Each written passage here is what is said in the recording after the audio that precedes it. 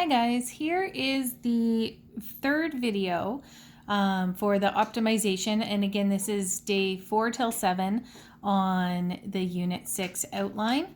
Number 3 says a man lives on an island 1 kilometer from the mainland. His friend lives on the mainland 3 kilometers along the shore from the point closest to the island. So let's just kind of draw that out first of all. So here's our guy. I'll put an I for island. And then there's the shore. So out here is like water. And his friend lives on the mainland, so on here, 3 kilometers down from the point that's closest to the island. So the island is 1 kilometer away. And we can assume that that's obviously shortest distance straight to the beach. And then the friend lives 3 kilometers down from that. So the friend lives down there. That's his friends. Okay, so it says that he has a canoe and he can paddle his canoe at 3 kilometers per hour and he can jog at 5 kilometers per hour. How should he reach his friend's house in the shortest time? So we can kind of look at the two extreme cases here. Your first instinct might be, hey, you have a canoe, just canoe straight from the island straight to your friend's house. And that's absolutely one way to go. I'm just going to label in that 3 kilometers while we're looking here. The other option might be, hey, you're faster at running than canoeing. Go straight to the beach in your canoe, just the 1 kilometer, and then run down the 3 kilometers down the beach. And the way it actually works out is that typically, in questions like this, some kind of middle ground is actually the best choice. There's one of these might be the best ways, going straight to the beach and then running the full 3 kilometers, or going straight to the friend's house and not running at all.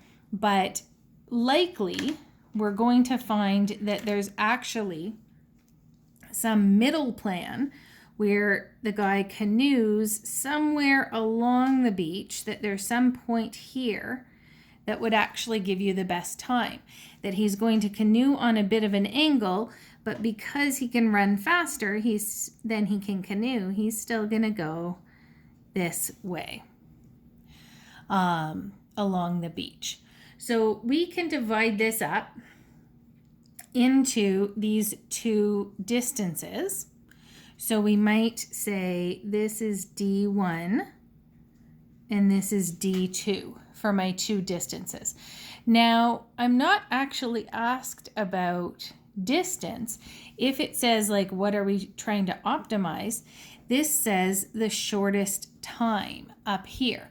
So we're trying to find how we can get from the island to the friend's house, not in the shortest distance, because obviously that would be the direct route, but in the shortest time. So that's what I need to do in terms of finding something to find the derivative of. That time function is going to be what I need to differentiate to figure this out. So time, I'm going to call this T1 plus T2, where T1 is the amount of time canoeing and T2 is the amount of time running. And we know from, like, I don't even know when, grade 9 science, grade 10 science sometime. You guys know distance is speed times time. So if we're looking at getting a time value, we need to take this distance and divide it by the speed. So my time, total time, would be D1 over, and the speed that he can canoe is 3 kilometers per hour, plus D2, which is the distance that he's running, over the speed that he can run, which is 5 kilometers per hour. Now, we want to figure this function out in one variable, right? We can't do a derivative with a D1 and a D2 variable. So we want to get both of these in terms of one single variable. And what I'm going to do the first time, I'm going to actually do the same question 2 different ways. But the first time, I'm going to look at this length here as an x. So I'm going to say x is how far down the beach, how far towards his friend's house he should aim with his canoe. So let x be the distance down the beach he should aim. Okay, so that's what we would define as our variable. So now we want to figure out this D1 and D2 in terms of my x variable. So I'm going to, I think probably pretty obviously, D2 is going to be 3 kilometers, the full distance, minus x. So D2 is 3 minus x. D1, good old Pythagorean theorem here, x squared plus 1 squared is D1 squared. So D1 is the square root of x squared plus 1. So now I'm going to take these values for D1 and D2. Oh, sorry, off the screen here. So I'm using Pythagorean theorem here and going to take these values and substitute them in to my total time function. And that's what I'm going to find the derivative of. So my time is going to be D1, which is the square root of x squared plus 1 divided by the speed that they're going to travel on that segment. And then D2 is 3 minus x, which is divided by that speed on the second segment. I'm just going to rewrite this a little bit to make taking the derivative a little bit easier. I'm going to pull out that 1/3 from the first fraction and write the square root as an exponent 1/2. I'm also going to pull apart the 3 minus x into 1/5, negative 1/5 x plus 3/5. So now I'm going to find the derivative. You could use t prime or you could use dt dx. So this will be 1/6 times x squared plus 1 to the negative 1/2, and then minus, chain rule, and then times the derivative of the stuff inside here, which is 2x, and then minus 1/5. So again, kind of cleaning this up a little bit, I'm going to reduce the 2 and the 6 and put this stuff on the denominator with a square root sign again. So I've got 3 root x squared plus 1, and I would still have an x up top there, minus 1/5. We could, of course, get a common denominator here. We will need to, but we can take a look at where my critical numbers would be. So the critical numbers, or the critical values, remember, they are where the derivative equals 0 or does not exist. So we can look at restrictions here. First of all, x squared plus 1 is always going to be positive. So we won't get a 0 there, and we were not going to get a negative in the square root. So we don't actually have any restrictions. If the derivative equaled 0, I'm just going to kind of simplify because I'm running a little bit out of space on my paper. Kind of skip some steps. I think we're all okay with saying if we made it equal to 0 and the 1/5 came over, we would end up with 5x cross multiplying here equals 3 root x squared plus 1.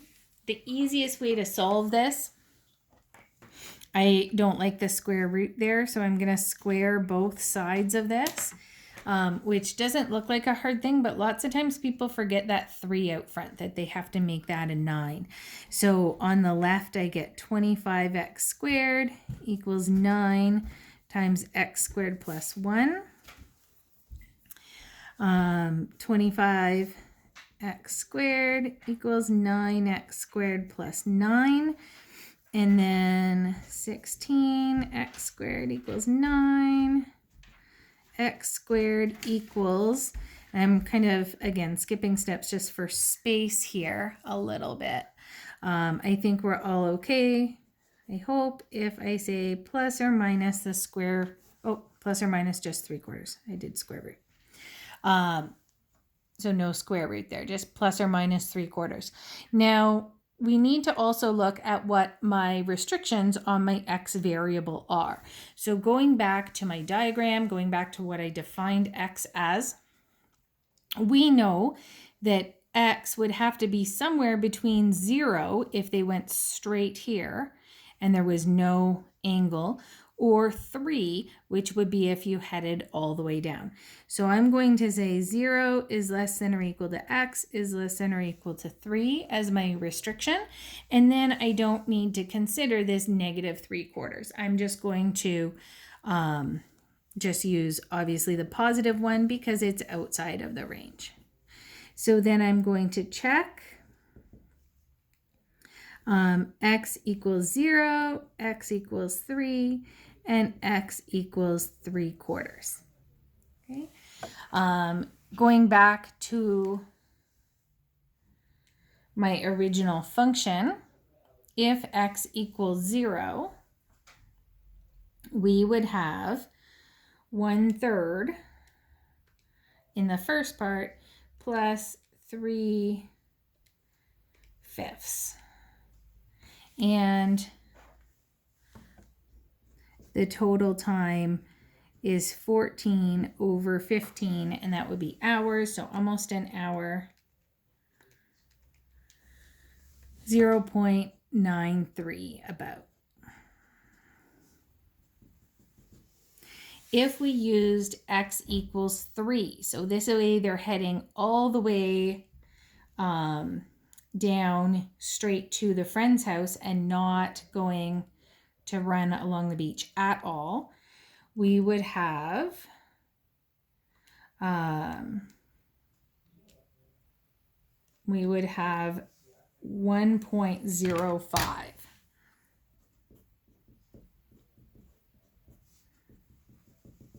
So kind of pretty close to the same times here. A little bit faster to go the longer way directly there and then running. But I bet that we're going to have our best time possible if we do the 3/4. So I'm going to do square root of 0.75 squared plus 1 divided by 3, and then plus 3 minus 0.75 and divided by 5. So I get t equals 0.87866 repeated. So we see that the best case scenario is for him to head about 3/4 of a kilometer down the beach from his friend's house, towards his friend's house. So therefore he should aim 3/4 kilometer down the beach.